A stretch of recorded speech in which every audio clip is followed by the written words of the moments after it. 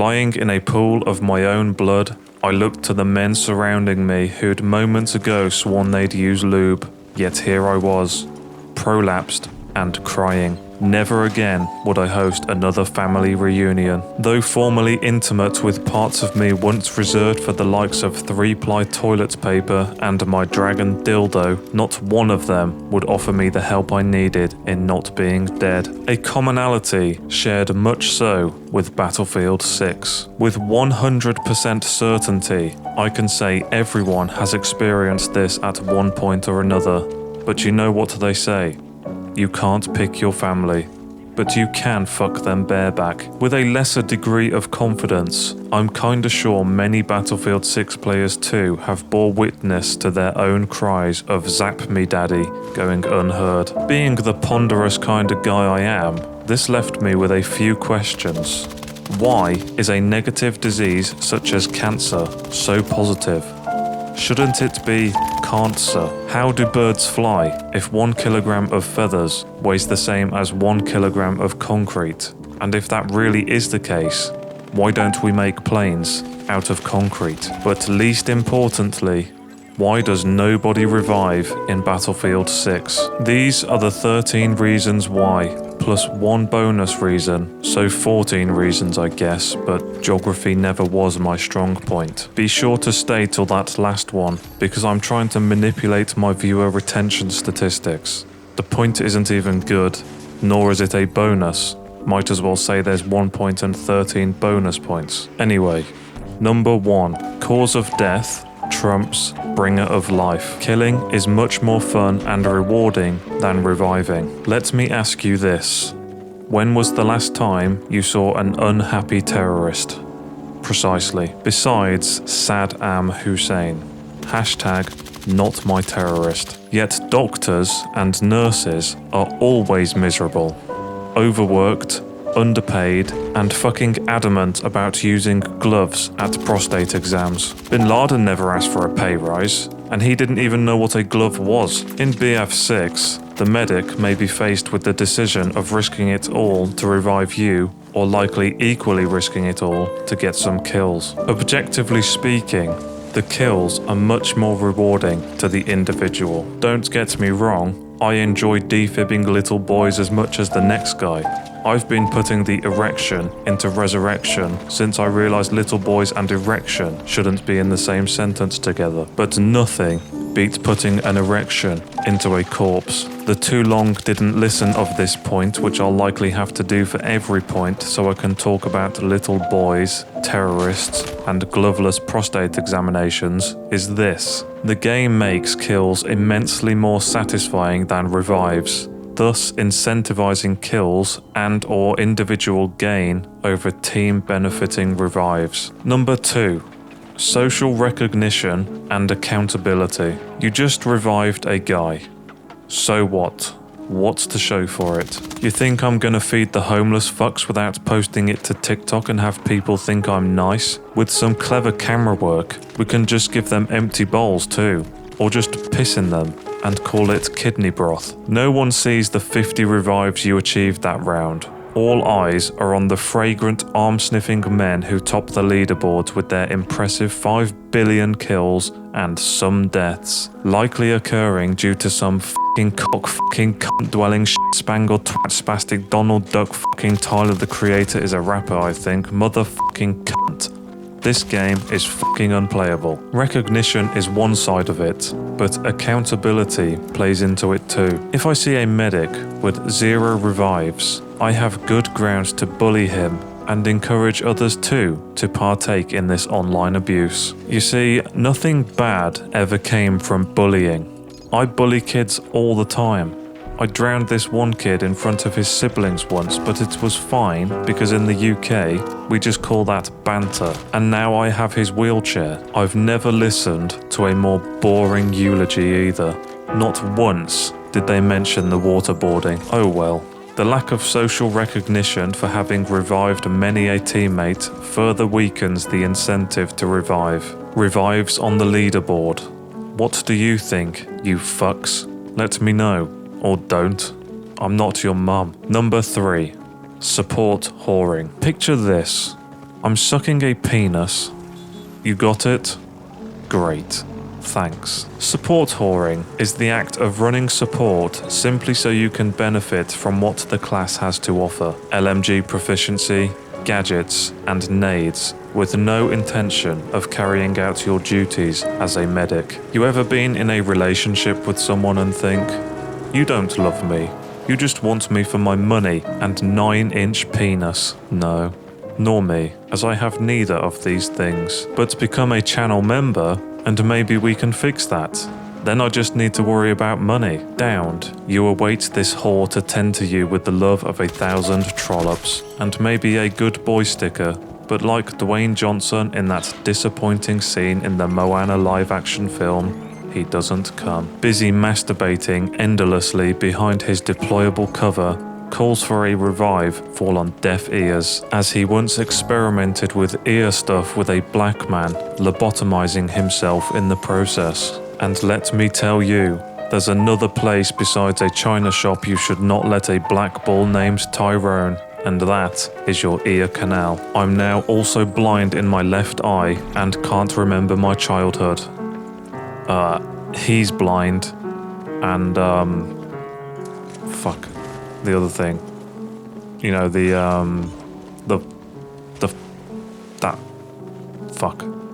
whatever. They chose the class for the cool shit and lost all awareness of their role to revive. Number 4, obligation boredom. The day is not important, nor is the year. The weather was mildly temperate, the humidity was wet, and my desk made of pine. But not that orange pine. I was playing support when all those around me began to Jonestown. Immediately, I started performing breast compressions and dick to mouth, but I had no time for pleasuring myself. These people needed saving, so with breasts away and my mouth once more without my cock in it, I set about doing the Lord's work, bringing life to the dead and watching children get molested, all as part of his grand plan. Ooh. Bye-bye some subscribers. Whoops. Please stay. I'll make more black people jokes. But there came a point where the people around me simply wouldn't stop dying. I was trying to game and be a fragrant boy and use ozonic correctly in a sentence, but with persistent dying occurring before servers, topping the leaderboard would have to ozonic. I'd revive 10 million men for the betterment of the team. But what about what Sonny wants? After a long day working at Mr. Megorium's Wonder Abortion Clinic, Sonny wanted to kill some adults instead of post-conception sludge. That's when I find myself just not wanting to revive. I switched to another class and only revive squad mates instead of the whole team. At times, being a support player can feel more like a job, and I'm not talking no rimmies. I'm talking cubicle, hey Tom, how's your fat wife and retarded children doing? Don't worry about the sex offender who moved in next door, your kids are fuck ugly. I'm only there weekends anyway. Yes, support maining can take away from your joy of getting those more rewarding kills, and so players simply switch class or ignore the fucking mosquitoes crying for a medic. Number 5, the hero complex. I get it.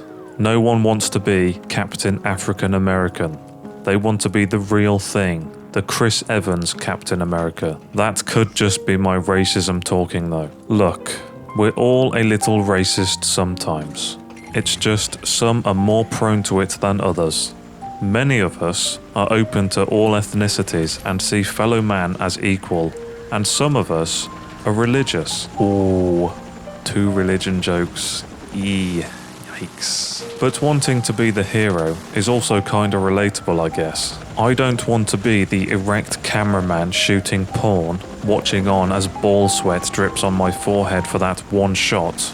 I mean, I'm happy to help my parents out when they need me, but no, I want to be a Batman. I'm already scared of bats. Now I just need several $1 billion, a manslave, a boy from the circus I can groom, and a computer-savvy cripple. I feel this to be a big reason many don't revive. No, not slaves, groomed boys and cripples, They simply want to make their own plays instead of aiding someone else in theirs. Your death is a second priority to becoming Batman. Number 6. Flow state. We've all experienced it. That state in which no one can stop you. One after the other, you knock them down without falter, and you think to yourself, these Pride events make them so easy to hit. A snowplow was a great choice on my part. What are you talking about, you sick fuck? The Pride events always have the best whack-a-hole games. It's just whack-a-mole but with an anal theme to it. The snowplow? Yeah, a cool model I used my winning tickets on. Man, it was great, and no queues as I just ploughed my truck into them all. And that kind of flow state is something you don't want to be interrupted by some guy shouting, I need a fucking medic. The medic, in this instance, may be pursuing an aggressive flank on his way to a clip that will for sure cure his virginity. Your corpse, an unwelcome diversion to his certain destination of Andrew Tate's vagina, you go ignored. Rectifying your current status of fucked would mean losing momentum in his push, and with Andrew Tate on the line, your death will be a sacrifice he's willing to make. Number 7. Risk aversion. High risk, high reward. That's my ethos in life. For instance, the other day I had stomach cramps and I shit myself. This is an example of irrelevance. But we can learn a lot from me shitting myself in a kid's pool. Namely, they do in fact use chemicals to turn the water brown when you shit in it. In the context of reviving though, my risk of hoping coughing would hide my shitting in the pool did not pay off. In my defense, they don't teach you these things at lifeguard school. Nonetheless, I did take that risk. Some players are much more averse to risk, however, and would not have been as brave and courageous as I. You see, dead men generally indicate I put the ball gag on a little too tight. And in Battlefield 6, they suggest danger. The risk-averse support player sees this and thinks of his sweetheart back home, who will pay for her abortions whilst he's on active service if he's dead. And so they do not attempt the revive. They see you, but you pose too great a risk. This being said, sometimes this is warranted. So stop bitching you're not getting revived when you're half a cock deep inside the enemy's tract. Number 8. Combat cataracts. Now this is a reason I feel deserves a little more sympathy. You know how your gran is blind as fuck, so you don't bother going into the next room to masturbate? Well, finishing on her face and telling her a bird flew in here is still not acceptable. Apparently. Admittedly, I hadn't noticed my granddad having unusually undecaying vision was still in the room. So what can we learn from jacking off on Granny's chin? Correct.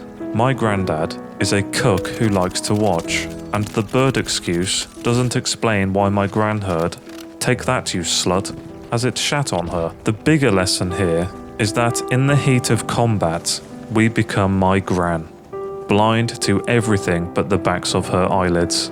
The eyelids, in this case, being a more pressing concern, a hostile. And yes, blindness is just prolonged eyelid closure. Your attention becomes consumed by the hostile, and all else materializes as but a blur. The hostile, the more demanding twin of daddy's breast milk, drowns out the runtish cries of his bitch-ass sibling I wish had calcified inside me. That runt being the teammate whose corpse is making it difficult for me to get a solid footing to take my shots. Why can't you be hot like your brother, you fucking organ donor? Basically, combat makes us blind to the calls of help as we prioritize the immediate issue at hand. Number 9.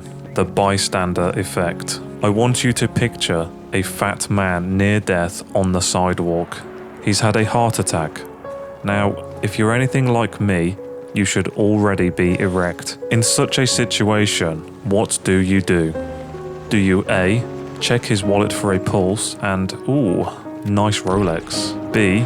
Find his phone, unlock it using his face, access his banking apps and fund a paedophile ring that you just so happen to know the banking details for as a prank. C. Call Greenpeace and tell them there's a fucking whale blocking the sidewalk. Or D. call Greta Thunberg and tell her there's a fucking whale blocking the sidewalk. If you said E, you're a fucking retard. The options were 1, 2, 3, or 4. Of course, the answer is all of these things. But the bystander effect states the more people in the vicinity of someone in need, the less responsible each individual feels to act. Thus, no action is taken. No nice new watch, no funny pranks, no Greenpeace intervention, and no dick pics from Greta Thunberg. In-game, the action not taken is the revive. Many surround you, but with each thinking the other will take care of your wife after you're gone, your wife ultimately goes undicked. And no man wants a dickless wife. Number 10. Distance. I know what you're thinking. Distance? What is it? Well, don't worry. Sonny's got your back. If you've ever been disappointed by how a dick pic turned out, you've been the victim of distance. You see, it's not really small, it's just really far away. Let me put it like this. Look out of your nearest window. That's right. Now take it off, you slut. Oh, don't be shy. You see me out there?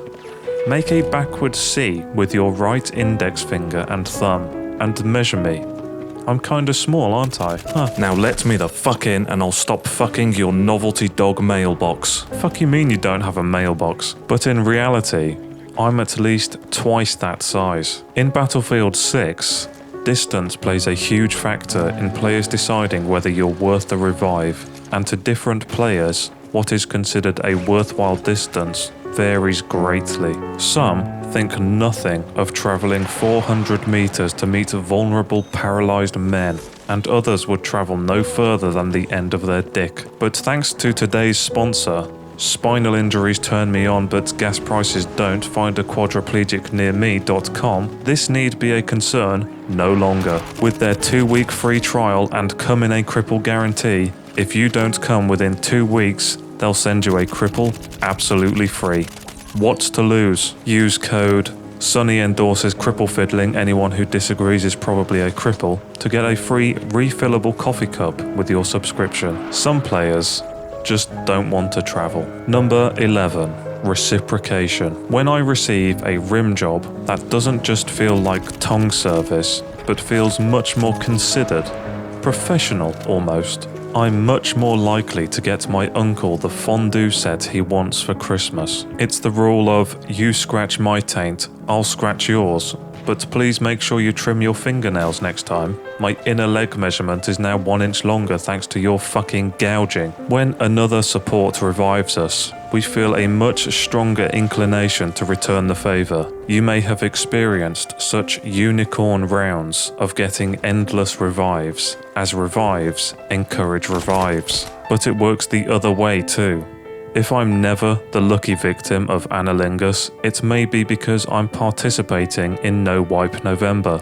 But I can't lie, that feeling of nobody wanting to rim me is a bitter one. And so with my asshole going undevoured, my actions begin to reflect this negative sentiment. Give me one good reason why I should defile my taste buds with the remnants of a successful digestion when you won't do the same for me. At least I provided napkins. No. Get fucked, says the support player, yet to feel the touch of another man's tongue inside their asshole. No one is getting revived until I get tongue fucked. Number 12. Dehumanization. Humans. The worst thing to happen since sliced bread. Angry, vindictive, self-centered, self-serving, egotistical pieces of shit. That was an excerpt from my latest book titled Making Maths Fun, Multiplication for Toddlers. You see, I hate humans, and I've recently become very interested in guns. That was a joke. I don't need another visit from the cops. Fuck am I meant to know where that kid is? Bastard escaped. Nah. I'm much more into crossbows. In Battlefield 6, your teammates just become players that happen to be around you. You don't care about them, so reviving them is not all that important. You have no connection to them, no accountability if you don't revive. They're just 20-year plus matured cum playing a game you too are playing. Replace these with friends, lovers, or any children you are currently grooming, and suddenly your dead teammates matter. The revive becomes important because they've all seen how small your penis is. What if they tell the authorities how criminally small it is? How will I ever become a children's entertainer? Those years of pole dancing classes will go wasted. My custom gimp suit unworn. My fuck the clown spelt with a PH, so PHCLOWN, branded condoms will never see the light of dick. Anyway, we have no connection to these players, so fuck them. Number 13. Perception misalignment. I feel this reason ties into many of the points already discussed. Probably. I can't even remember, to be honest. I think I clocked out 15 points ago. I want to put a situation to you, so I'm going to. What are you gonna do? Not listen? You fucking cuck? Anyway, tickets are dwindling. D flag is contested, with 3 players either side fighting for possession of the deciding flag. Fuck it. This will take too long to explain. 3 tops versus 3 bottoms. 2 tops creamed their pants on their way to set. I know, Monday's right. The show must go on though, so the remaining top tries soloing all 3 bottoms. 1 down, but here's the second. Yes. I could have sworn fucking would have answered this. 9/11. Oh fuck. A revive in the hand is worth 2 in the bush, and 2 in the bush at today's current exchange rate means that whilst killing may seem the bigger priority, and at times it likely is, a revive is often worth more to the team than immediately apparent. A revive is an increase in odds of success. A revive is an extension of your odds if you too should later go down. A revive is another ticket saved. A revive is often the difference between a win and a loss. What that has to do with perception misalignment, I will never know. Let me know in the comments what I meant. Thanks. And here it is, the bonus reason. Reason number 14. Retardation. Sometimes we don't get revived simply due to retardation. You see, many a gamer suffers greatly with a condition called cunt brain. Now, cunt brain is a horrific affliction to witness. It causes excessive sialorrhea. That's dribbling, idiot. Penile diarrhea. That's shitting from the dick, idiot. And sneezing.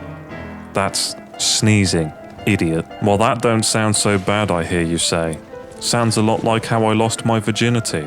You never forget your first pet. Valid. Valid. But I'm not talking about fucking iguanas. I'm talking gaming, man. Gaming. As I seem to have taken to repeating everything twice for some reason, let me move on. Let me move on. No. You think fragrant men and ozonic level gamers have cunt brain? Okay, bad example. There's always the exception to the rule, but my point still stands. Dick-shitting sneeze dribbles do not a revive make, and that is what you should take away from this video. Well, I think I stayed kind of on track for some of that at least. And if you take the words I used, reorder them and add a little rationale and logic, I'm sure there's a useful video in there somewhere, but you're gonna have to do that in your own time.